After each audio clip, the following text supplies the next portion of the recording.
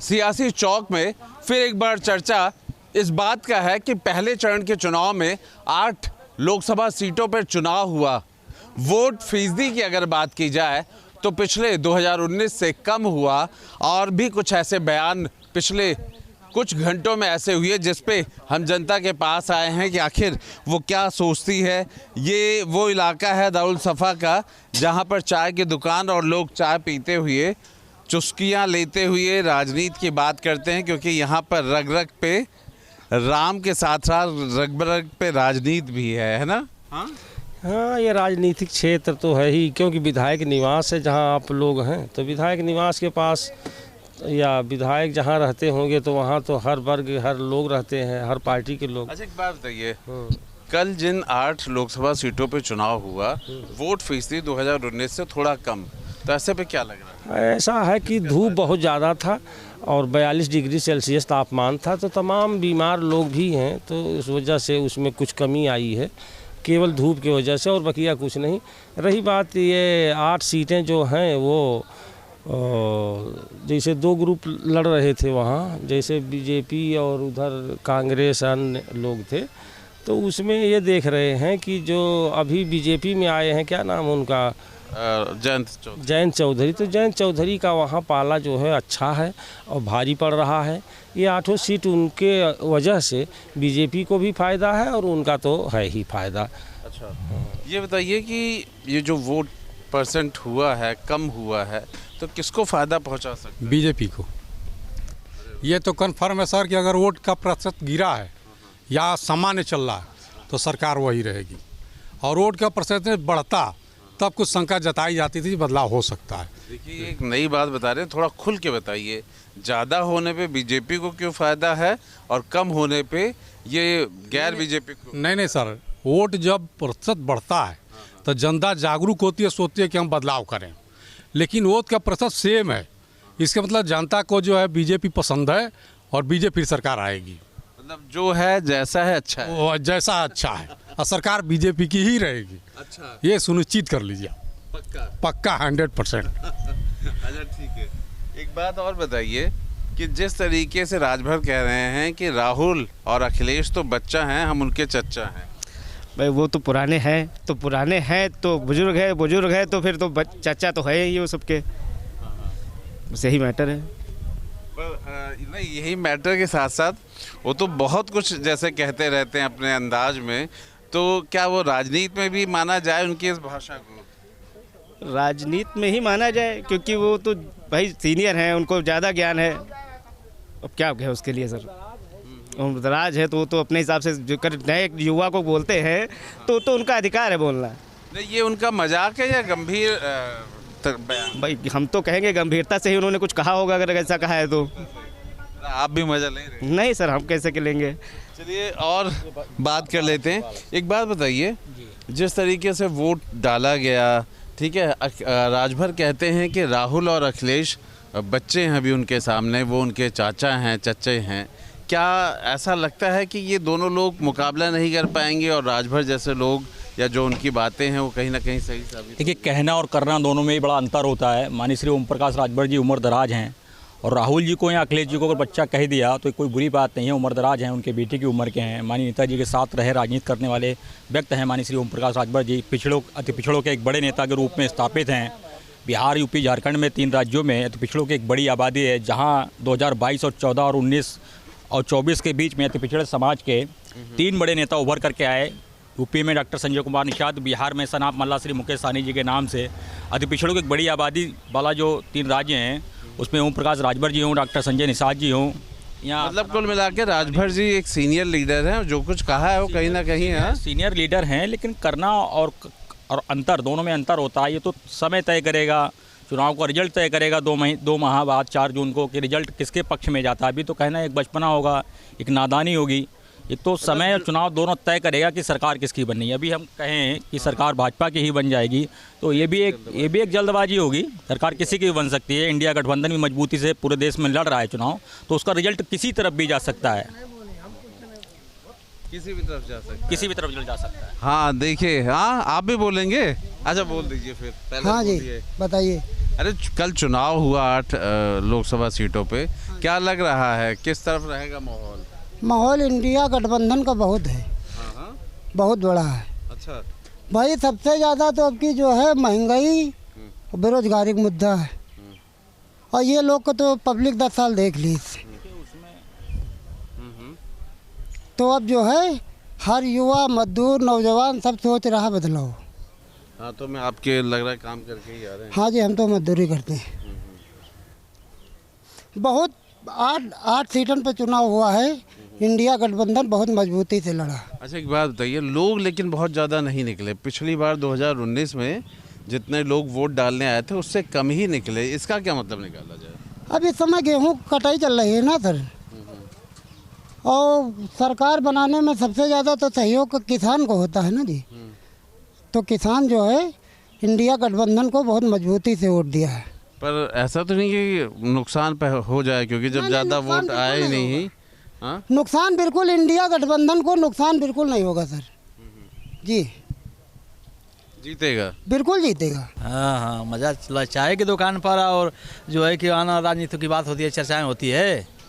हाँ, तो ये चर्चा हो रही है 8 लोकसभा सीटें जिनमें चर्चा हो रही है कि वहाँ इंडिया गठबंधन मजबूती से लड़ा है, और परसेंटेज की बात कर रहे हैं। तो जब परसेंटेज घटा है तो बड़ी जो बीजेपी वाला वोट कैडर है वो नहीं पड़ा है, सब छोटे बिरादरी में वोट पड़ा है, तो इसने पड़ा है। आज समझे कि वोट घड़ा है परसेंटेज, तो बीजेपी का माइनस होना है। अच्छा, एक आपके सामने कह रहे थे कि अगर वोट उतना ही है तो इसका मतलब लोग खुश हैं और सरकार वापस से आ रही है। अब बढ़ता है तो बढ़ता है, तो वही उन्होंने कहा बढ़ता है तब बदलाव की बात। तो इस बार जो है कि अगली बार से 19 के अपेक्षा कम है कि बढ़ा है, हम पूछ रहे हैं आपसे। कम है ना? तक तो इंडिया का उधरी छत्री समाज नाराज है इनसे, बीजेपी से। पेपर में पढ़िए चाहिए है, नाराज है ना, तो परसेंटेज वहीं। बाबा आप बताइए, राजभर कहते हैं कि भाई राजभर को नहीं जानते हम, नहीं कुछ राजभर को नहीं जानते हम। क्या हम राजभर को नहीं जानते। कल अच्छा, पैसे के लिए चले आए बस। अच्छा, पॉलिटिक्स जानते हैं? नहीं, पॉलिटिक्स भी नहीं जानते, खाली वोट देना जानते हैं। वोट देते हैं बस, एक को देते दूसरे को देते नहीं। राजभर ने कहा है कि अखिलेश और राहुल बच्चा हैं, हम उनके चच्चा हैं। देखिए, आज की वर्तमान समय में जो राजनीति है उसका पूरा फ़ायदा उठाना राजभर जानता है। अखिलेश के साथ हो करके न जोगी को छोड़े न मोदी को छोड़े, लेकिन पहचान राष्ट्रीय स्तर पर है उस व्यक्ति की, सिर्फ बोली की वजह से। ज़मीन पे कुछ हो चाहे न हो, लेकिन विधानसभा में या मंच से बोलने के नाम पर ही वो हिंदुस्तान में जाना जाता है। और बहुत से कैबिनेट में उत्तर प्रदेश में मिनिस्टर बैठते हैं जिनको अदर स्टेटों में कोई जानता भी नहीं होगा। तो आज के समय के अनुसार वो बोल रहा है, आज इनको बोल रहा है, कल उनको बोलेगा, फिर उनके साथ वो लोग बुला करके लेंगे, एक्सेप्ट करेंगे, अपने गोद में बैठाएंगे उस व्यक्ति को। इसी की आज राजनीति है। राजनीति में न कोई शब्द रह गया है, न कोई संस्कार रह गया है पहले के जैसे। हम लोगों ने भी विधानसभा में देखा, राजनीति कुल मिला के मौके का खेल है, जिसका पहले विधानसभा के अंदर मर्यादित अभिभाषण होता था। आज क्या अब मर्यादा है, बीजेपी हो चाहे किसी भी दल के नेता, बोलने की तमीज़ नहीं है कि विधानसभा में कैसे बोलना चाहिए। तू तड़ा सब होता है। एक बात बताइए, वोट प्रतिशत कम रहा, लोग कम वोट डाले इस बार 8 लोकसभा सीटों में। देखिए, वोट परसेंट घटेगा तो बीजेपी का नुकसान होगा। अच्छा, बीजेपी का जब वोट परसेंट घटेगा तो नुकसान होना ही होना है, बढ़ेगा तभी तो फायदा उसको होगा। आज ज़मीन उसकी खसक चुकी है, भले कुछ कहिए, उसके पास जो बोलतू नेताएं हैं वही लोग हैं, ज़मीन पे कोई थोड़े हैं। अच्छा, ये गणित वाकई समझने लायक है। जैसे ये बताइए कि वोट बढ़ेगा तो क्या बीजेपी को फायदा होगा या किसको? बीजेपी को होने। अच्छा, आम तौर पे क्या लगता है कि राजनीति में कौन ज़्यादा मजबूत नज़र आता है? इसके बारे में नहीं बता पाएंगे। नहीं बता पाएंगे। वोट बढ़ने और घटने का भी मैं देख रहा हूँ, लोगों के पास अपने अपने अंदाज हो। कहते हैं कि अगर सेम उतना ही बना रहे तो समझिए सरकार बरकरार है, सरकार आ रही है, बढ़ जाए तो बदलाव है। नहीं, बात ये सही है। यदि बैलेंस जितना पिछली बार था उसके करीब या उतना है, या मान लो एक आध कुछ कम भी है, तो निश्चित कोई बदलाव नहीं होने वाला है। जैसा है वैसा ही चलेगा। ये पूर्व सरकार जो आज से थी वही फिर सरकार आ करके खड़ी है। भाजपा सरकार बना रही है और 400 प्लस इसका एकदम बिल्कुल दायरा क्लियर है, उसमें कोई रोक नहीं सकता और पूरा देश एक साथ है। और सबसे बड़ी खुशी की बात है कि पूरे देश के नागरिक, हर वर्ग के लोग बीजेपी के साथ हैं। शेष पार्टियों में कुछ धर्म के लोग वहाँ पर हैं या कुछ जाति के लोग वहाँ पर हैं, जैसे सपा में लोग कहते हैं केवल यादव लोग ही रहे, अच्छा या मुस्लिम रह सकता है, बाकी या तीसरा कोई वहाँ जाएगा तो मार खाए होगा, तो इसके लिए भले जाए, मार और खाने के डर बस कहीं पर। लेकिन अब वो दिन गए जो लोगों को डर था, इसलिए अब उनका आना तो लगभग ख़त्म ही हो चुका है, अब वो नहीं आएंगे क्योंकि उनको सारी साहब जा रहे हैं। चलते हुए मैंने इनको रोका है, बंद करी गाड़ी। हम लोग बात कर रहे हैं पॉलिटिक्स की, जो चुनाव चल रहा है। चुनाव में क्या लग रहा है? राजभर कहते हैं कि राहुल और अखिलेश बेहद कमज़ोर हैं। अब इसके बारे में तो हम नहीं बता पाएंगे। हम लोग केवल मतदान कर सकते हैं और कुछ नहीं बोल सकते, कर्मचारी नहीं बोल सकता। हाँ, ये बात तो सही है। तो मतदान तो जैसे कम हुआ इस बार 8 लोकसभा सीट में, मतदान तो ज़्यादा होना चाहिए ना, इसका भी प्रयास हो। अरे तो जहाँ कम हुआ वहाँ भी चाहिए, कहीं पर ज़्यादा हुआ है और ये मतदान तो ज़्यादा ही करना चाहिए सभी लोगों का। हाँ, तो आप अपील कर दीजिए। हाँ, सबको करना चाहिए, ये अपना मताधिकार है, ये सबको करना चाहिए अपना मत। मतदान कम हुआ है, लोग घर से कम निकले हैं, है तो चिंता का विषय। लेकिन पब्लिकली लोग साइलेंट वोटर भी है, इस टाइम खामोशी से वोट कर रहा है और ज़्यादा उत्साह नहीं देखा जा रहा है जिस तरह कल की वोटिंग हुई। और कई जगह पे ईवीएम की गड़बड़ी और किस तरह की शिकायतें भी देखने को मिली हैं, तो वो भी एक विषय है। तो ये माना जाए कि जो मोदी जी की गारंटी है, ये उनको फ़ायदा है और विपक्ष को चोट है क्या? मोदी की गारंटी अब पब्लिकली ये किया जा रहा है कि 400 पार किया जाएगा, सीटें आएंगी 400 पार, लेकिन कोई ऐसी हवा बनती दिखाई नहीं दे रही है कि 400 पार सीटें आएंगी। अच्छा, जो कम मतदान हुआ है, क्या इसको माने कि ये बीजेपी या एनडीए को फ़ायदा है या फिर दूसरे जो इंडिया अलायंस बना है उसको? ना, ऐसा कुछ नहीं है। कम मतदान का प्रमुख कारण है बीएलओ की निष्क्रियता। बहुत लोगों तक पर्चियाँ नहीं पहुँची हैं, बहुत मतदाता सूचियाँ जो हैं वो जो है पूर्ण नहीं है। किसी के पास कार्ड है तो उसका लिस्ट में नाम नहीं है, किसी के पूरे लिस्ट के नाम गायब है, ऐसी बहुत शिकायतें हैं। तो एक आदमी जाता है जो मतदान स्थल पर जाए, उसको वहाँ पे वोट नहीं कर पाता है तो वो आकर 4 लोगों को और रोक देता है। तो वहाँ तो ये हो रहा है। वहाँ तो सबसे बड़ी कमी ये है कि बीएलओ ने का कार्य कहीं पर सही नहीं है पूरे चुनाव में। तो कैसे ये मतदान का प्रतिशत बढ़ाया जाए? इसको तो आयोग को, ये जो निष्क्रिय ये बीएलओ है, इनको तो इनकी समीक्षा करना चाहिए कि जो बीएलओ नियुक्त किए हैं ये कर क्या रहे हैं ज़मीन पे। ये घर में बैठे बैठे काम करते हैं, फ़ोन पे खाली बताता लिस्टें पूर्ण करते हैं। तो ऐसे कैसे, जब तक लिस्टें पूर्ण नहीं होंगी और वहाँ पे आप जो है स्पेशल बूथ बना दो, पिंक बूथ बना दो, ये तो आप खाली प्रचार के लिए कर रहे हो। इससे पब्लिकली क्या फ़ायदा हो रहा है, मतदाताओं में क्या उत्साह बढ़ रहा है? कुछ नहीं। पर अच्छा, कुल मिला के बात तो आप पे और हम पे ही आती है ना, कि हम भी तो मतदाता हैं, आप भी हैं। जब हम लोग खुद ही नहीं जाएंगे तो चाहे उनका जो भी प्रयास, हम मतदान के लिए जाते हैं, मालूम हम परिवार की लिस्ट का नाम ढूंढते हैं तो उसमें से आधे नाम गायब हो जाते हैं। तो हम कैसे उनका उत्साहवर्धन करेंगे, कैसे उनको ढकेल के भेजेंगे? जब समय पे आप देखते नहीं अपना मतदाता वाला या बीएलओ के नंबर हैं, बीएलओ को फ़ोन करते हैं, बीएलओ आते भी हैं और उसके बाद जाते फिर भी त्रुटियाँ आती हैं। 8 लोकसभा सीटों पर चुनाव हुए, मतदान 2019 की अपेक्षा कम हुआ है और उस मतदान कम होने के क्या मायने हो सकते हैं, हम लोगों से पूछ रहे थे। लेकिन इन सब के बीच में जो एक अपील आम आदमी की तरफ से आया है, वही अपील कि सब लोग अपने मताधिकार का प्रयोग करें। मताधिकार आपका एक ऐसा अधिकार है जहां पर आप अपने एक वोट से बहुत कुछ बदल सकते हैं, बहुत कुछ बना सकते हैं। पहले चरण में जिस तरीके से वोटिंग कम हुई है, उससे दम किसका निकलेगा, ये बहुत अहम सवाल है। 26 तारीख को अब मेरठ में वोटिंग होगी। वोटिंग कम होने से ये माना जाता है कि एक उत्साह कम दिखाई दिया है। कल कैराना, सहारनपुर, बिजनौर और इसी तरीके से पश्चिमी उत्तर प्रदेश के मुजफ्फरनगर में वोटिंग कम हुई। ये वोटिंग कम होना किसको नुकसान पहुंचा रहा है, ये बड़ा अहम सवाल है और राजनीतिक दलों के माथे पर चिंता की लकीरें हैं। क्या एनडीए का दम विपक्ष निकालेगा या विपक्ष का दम इस कम वोटिंग से निकल गया है। मैं एक चाय की दुकान पर हूँ और यहाँ लोगों से आपने देखी होंगी खबरें और वोटिंग प्रतिशत भी, सबका चुनाव में आजकल इंटरेस्ट तो है ही भाई। हाँ जी, सभी का रहता है इंटरेस्ट तो। अब देखो यहाँ से हमारे यहाँ से अरुण गोविंद जी हैं, जो कि लग रहा है हमें कि सीट निकाल लेंगे बीजेपी से। देखो मेरे हिसाब से अरुण गोविंद जी भारी मतों से मतलब जीत हासिल करेंगे। कहीं ऐसा दिखाई दे रहा है कि चुनावी माहौल दिखाई देता है क्या? देखिए, माहौल से ही चुनाव बनता है और कल जिस तरीके से हम लोग कवरेज कर रहे थे पहले चरण की, तो वो माहौल चुनावी नहीं दिखाई दे रहा था। क्या मेरठ और आसपास चुनावी माहौल दिखाई दे रहा? नहीं सर, जो पहले माहौल होता था मुझे तो लगता नहीं कि इस तरह से अब आज के टाइम में हो रहा है।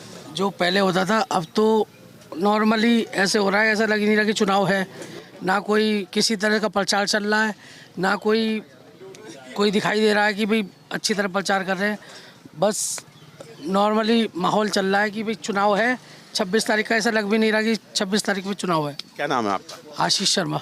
आशीष, एक चीज़ और बताइए मुझे, क्या लगता है कि जो भाजपा है प्रचार में सबसे आगे है? यहाँ प्रधानमंत्री की रैली हुई, 4 बार योगी आदित्यनाथ खुद मुख्यमंत्री होते हुए मेरठ आ गए। विपक्ष में आज अखिलेश यादव की रैली है, मेरठ में पहली रैली है। अखिलेश यादव की रैली है जी, अपनी जगह बहुत बढ़िया है, युवा नेता है अखिलेश यादव। और मुझे जहाँ तक कि लगता है कि योगी जी, मोदी जी, देखो वो तो जो भी बीजेपी की वोट हैं वो अरुण गोविंद जी हैं या कोई भी है, मोदी योगी जी के नाम पे ही वोट मिल रही है हर किसी को। वो भारी हैं सब। हाँ जी, वो सर क्या नाम है आपका? सर मेरा नाम देवेंद्र सिंह। देवेंद्र सिंह, मैं अगर आपसे जानना चाहूँ, आपको क्या लग रहा है कि अगर वोटिंग परसेंटेज कम रहता है तो आपकी नज़र में, कोई बात नहीं मैं खड़ा होकर पूछ लूँगा, किसको नुकसान पहुँचता है?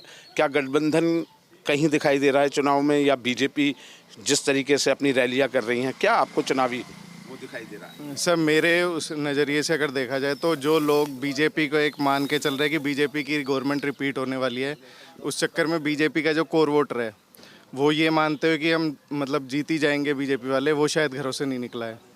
हो सकता है इसका नुकसान सबसे ज़्यादा बीजेपी को ही हो सर। Over confidence? हाँ, ओवर कॉन्फिडेंस है सर, मेन रीज़न यही है। बाकी जैसे अपने यहाँ कह रहे हैं, एक वो चल रही है कि मुहिम चल रही है विपक्ष की तरफ से, मान लीजिए, या वैसे कि अरुण गोविल जी एक बाहर का चेहरा है।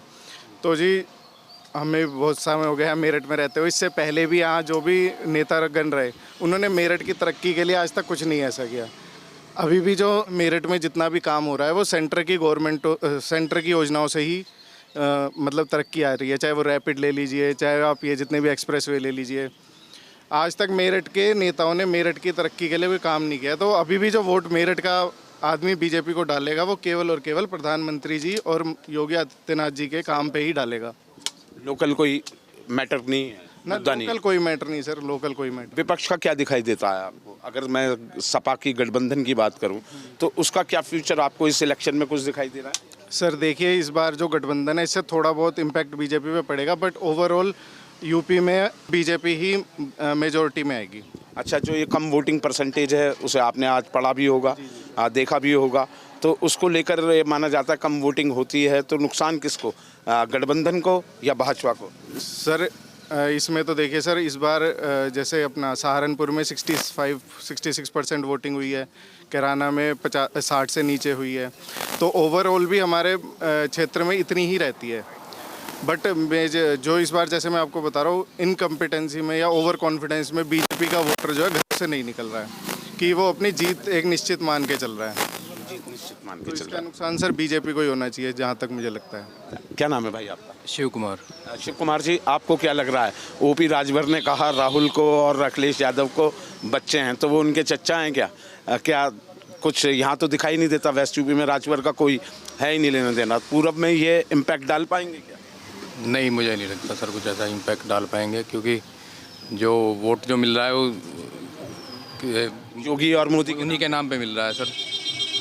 तो जो वोटर है वो बीजेपी का जो कोर वोटर है वो तो वोट करेगा ही सर। बाकी साइलेंट है इस बार, वोटर का पता नहीं लग रहा, सब साइलेंट है ना, ऐसा लग रहा है कि इलेक्शन है। ये आपने बहुत महत्वपूर्ण बात की। कल भी कैराना में बहुत लोगों ने अपनी जुबान नहीं खोली, मैं वहाँ था, तो लोग नहीं बोल रहे थे कि वो किसको वोट कर रहे हैं। तो लग रहा है इस बार साइलेंट चुनाव है ये। हाथ लग तो ऐसी रहा है सर। इसकी वजह क्या मानते हैं? वही सर, वो जो उन्हीं के नाम पे वोट मिल रहा है सर, वो मोदी और योगी जी के उस पर जो स्थानीय जो नेता हैं उनके वजह से कुछ नहीं। तो जो मोदी योगी का नाम लेते हैं वो तो खुल के लेते हैं कि हमें उन्हें जिताना है, लेकिन जो साइलेंट वोटर है क्या वो गेम पलट सकता है क्या? वो तो सर आपने खुद ही कही साइलेंट लग रहा है। जी सर, लग तो ऐसी रहा है, बाकी सर रिजल्ट आने में पता लगेगा सर। जी और भी भाई हैं मेरे साथ। भाई क्या नाम है आपका? जी मेरा नाम सौरभ है। सौरभ, क्या नज़र आ रहा है इस इलेक्शन में? आप अगर ओवरऑल फर्स्ट फेज का चुनाव हो चुका, ओवरऑल मैं देखूं तो क्या लगता है आपको? देखिए मेरे को जहाँ तक कि मेरे को ऐसा लगता है कि बीजेपी का क्लियर कट मुझको नज़र आ रहा है कि बीजेपी यहाँ से क्लियर निकाल जाएगी, जैसे पहले भी निकाल रही है। कई लोगों को ये लग रहा है कि गठबंधन हुआ है और इस बार चांसेस सपा पार्टी के हैं, और जबकि सपा पार्टी ने जो योगेश वर्मा जी को दिया है टिकट वो काफ़ी अच्छा फैसला है। उससे मुझे लगता है कि जो एससी वोट भी उनको काफ़ी अच्छे मात्रा में मिल जाएंगे और मुस्लिम वोट भी उनको काफ़ी अच्छा मिल जाएंगे। पर अभी अगर ये कहें कि बीजेपी को थोड़ा सा फ़र्क पड़ेगा तो वो चीज़ नहीं लगती कि मुझे फ़र्क पड़ेगा। बीजेपी अपना काम अपने आप कर रही है। और जो अरुण गोविल जी हैं जिनको टिकट दिया है बीजेपी में, वो भी जाना माना चेहरा है अपने आप में। और ये बात भी सही है कि मेनली जो वोटिंग हो रही है वो बीजेपी को मोदी जी और योगी जी के उस पर हो रही है। लोकल में अगर हम देखें कि मेरठ में जो जीत रहे हैं बीजेपी, तो वो मेनली योगी जी और मोदी जी के उस पर ही जीत रहे हैं, उन्हीं के उस पर जीत रहे हैं। अच्छा, ये जो साइलेंट वोटर्स की बात है कि इस बार साइलेंट चुनाव हो रहा है, उसमें क्या नज़र आ रहा है? देखिए साइलेंट वोटर का तो मैं यही कहूँगा कि साइलेंट वोटर जैसे कि पहले भी दे रहे थे, लोग बाग अपना वोट बताते नहीं हैं पर चुपचाप जाकर वहाँ पे दे आते हैं जिस टाइम पे उनको देना होता है।